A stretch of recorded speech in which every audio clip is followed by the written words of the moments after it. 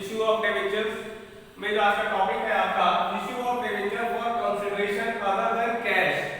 ये टॉपिक कुछ जाना पहचाना आप लोगों को लग रहा होगा क्योंकि ये टॉपिक आप शेयर्स में भी पढ़े थे। यार ये शेयर में भी आपको क्या था कि जब आप अदर देन कैश का मतलब क्या है, आप से वहां पे शेयर इशू किया जाता था और बदले में जो शेयर होल्डर से कैश नहीं लिया जाता था, उनसे क्या लिया था, एसेट्स लिया जाता था। यहाँ पे भी वही है कि यहाँ पे भी आप क्या करेंगे, डिबेंचर्स को इशू कर रहे हैं लेकिन उनके बदले में उससे आप कोई एसेट्स परचेज कर रहे हैं। तो इस सिचुएशन में आपकी एंट्री क्या होगी, वही यहाँ पे सीखना है। फिर से इसके बाद एक बार देख लेते हैं, issue of debenture for consideration other than cash. कोई भी कंपनी शेयर या डिबेंचर क्यों इशू करती है, ताकि बदले में उससे क्या कर सके, पैसा मिल सके और उस पैसे से अपने जरूरत की चीजें कंपनी खरीद सके। तो मेनली यहाँ पे भी वही है, कंपनी क्या करती है, कभी-कभी जब क्या करेगी, पैसा की जरूरत, पैसा ना लेके हम डायरेक्ट वो सामान ले लें और जिससे वो सामान ले रहे हैं और बदले में उसको वही डिबेंचर इशू कर दिया जाए। तो यहाँ पे क्या करती है, कंपनी अगर एसेट्स परचेज कर रही है तो वो वेंडर से क्या कहती है, कहते हैं भैया ऐसा है कि हमारे पास पैसा नहीं है, हम तुमको डिबेंचर्स इशू कर सकते हैं। तो अगर वो रेडी हो जाता है तो कंपनी क्या करती है, उसको डिबेंचर इशू कर देती है और बदले में वो एसेट्स परचेज कर लेती है। तो उसकी एंट्री देखिए क्या है, तो ये ऑन परचेज ऑफ एसेट्स, इसके पास क्या है, एसेट्स आया कंपनी के पास टू वेंडर्स। पहले आपकी एंट्री होगी एसेट्स टू वेंडर। दूसरा चीज जो डिबेंचर इशू होता है वो कई सारे मतलब तीन रेट पे इशू होता है, एट पार पे, एट प्रीमियम पे और एट डिस्काउंट पे। तो अगर एट पार पे इशू हो रहा है तो एंट्री क्या होगी, for the issue of debenture to the vendor at par. तो vendor account debit to debenture account credit, जितना अमाउंट यहाँ होगा वही अमाउंट यहाँ हो जाएगा। कोई दिक्कत इसमें। फिर इसके बाद अगर हम देखेंगे एट पार की जगह एट प्रीमियम पे इशू करता है, ठीक है, अगर डिबेंचर्स को हम इशू कर रहे हैं वेंडर को एट प्रीमियम,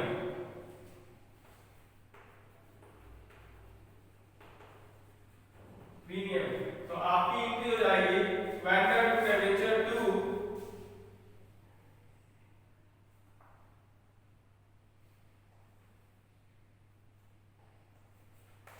एसपीआर।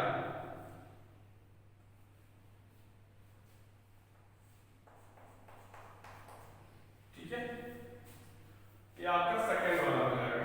कब, जब आपका डिबेंचर इशू होगा किससे, प्रीमियम पे। अगर यदि एट डिस्काउंट पे होता है तो एंट्री क्या होगी,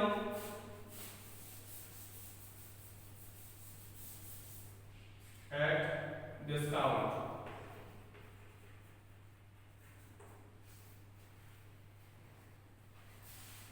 ये थर्ड पॉइंट हो जाएगा। तो यहाँ पे आएगा वेंडर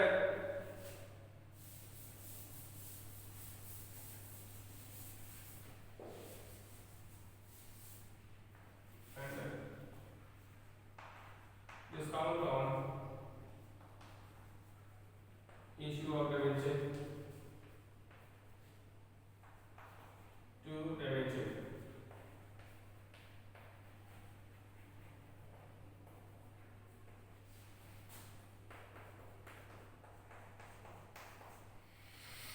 ठीक है, तीन केस है। अगर डिबेंचर इशू हो रहा है एट पार पे तो आप सीधे कहेंगे vendor to debenture.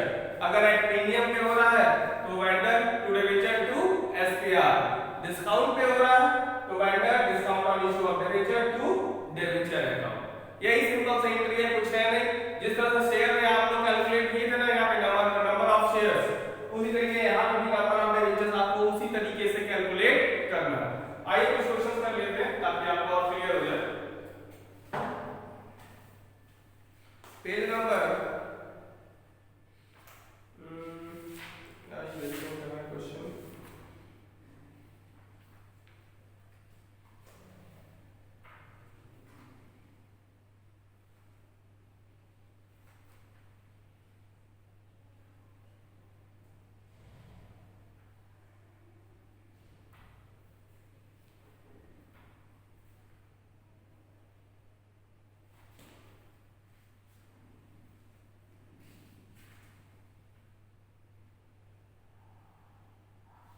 Page number 8.47 पे आइए, क्वेश्चन नंबर 9।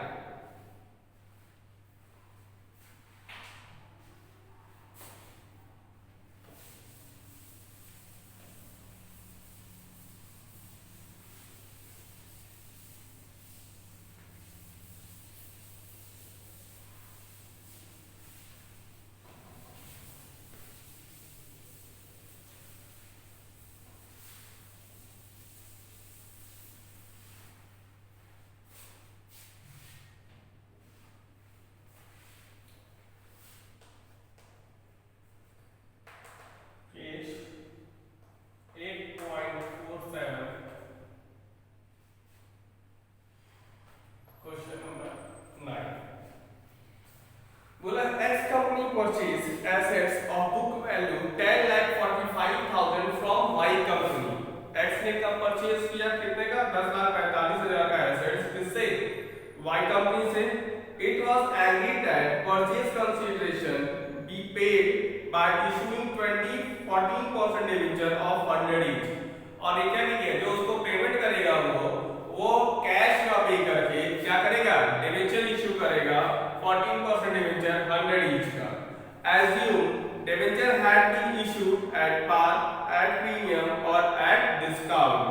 आपको तीनों रेट पे आपको एंट्री पास करनी है. तो चलिए, तो पहली एंट्री तो सेम होगी, सिर्फ अलग अलग केस का अलग अलग एंट्री होगा. तो पहला एंट्री क्या होगा, इसने क्या परचेज किया, किसके बुक में करना है, टैक्स कंपनी में करना है, इसने एसेट्स परचेज किया है. तो आपकी पहली एंट्री होगी assets, assets account debit to, किससे परचेज किया आपने, Y कंपनी से. Y कंपनी कितने का परचेज किया, 10,45,000.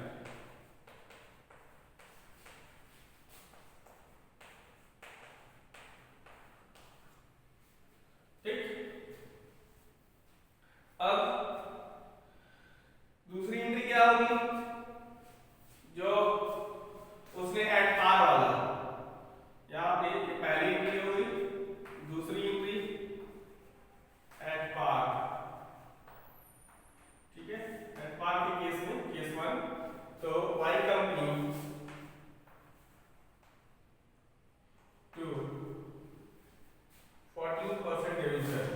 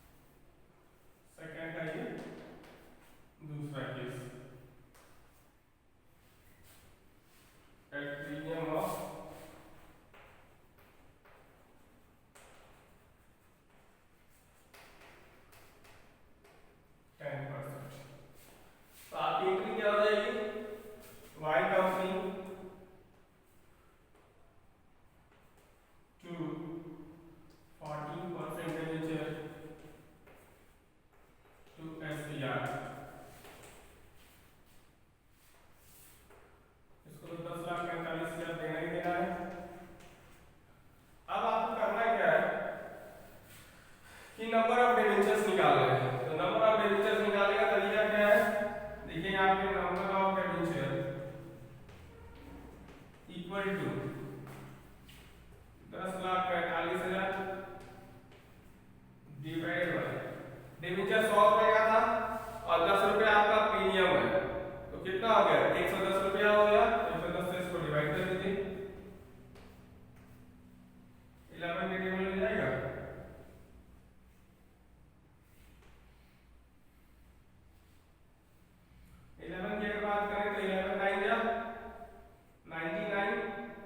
बचेगा ये 5, 11 5 का. ठीक है, 9500 आएगा. कैसे देखिए, ये 104 है, 104 11 के टेबल में आता नहीं है, 11 9 जा कितना होता है, 99 होगा. तो 99 होगा तो वो क्या होगा, 9 जा 99, बच गया 5, ये 55 हो गया, 5 का 55 और 2 0, 9500. तो ये हो जाएगा आपका 9500 इंटू 100 और एसटीआर में आपका हो जाएगा 9500 इंटू 10.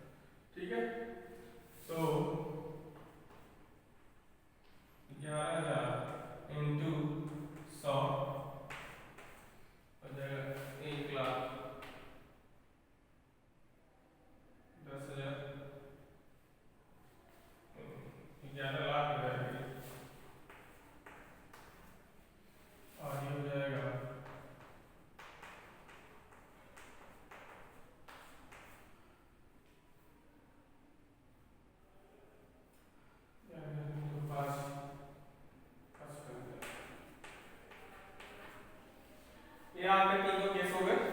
ठीक है, इसी तरीके से बाकी क्वेश्चन कर रहे हैं, आसान है और क्वेश्चन ये तरह का क्वेश्चन अक्सर कभी कभी पूछ देता है।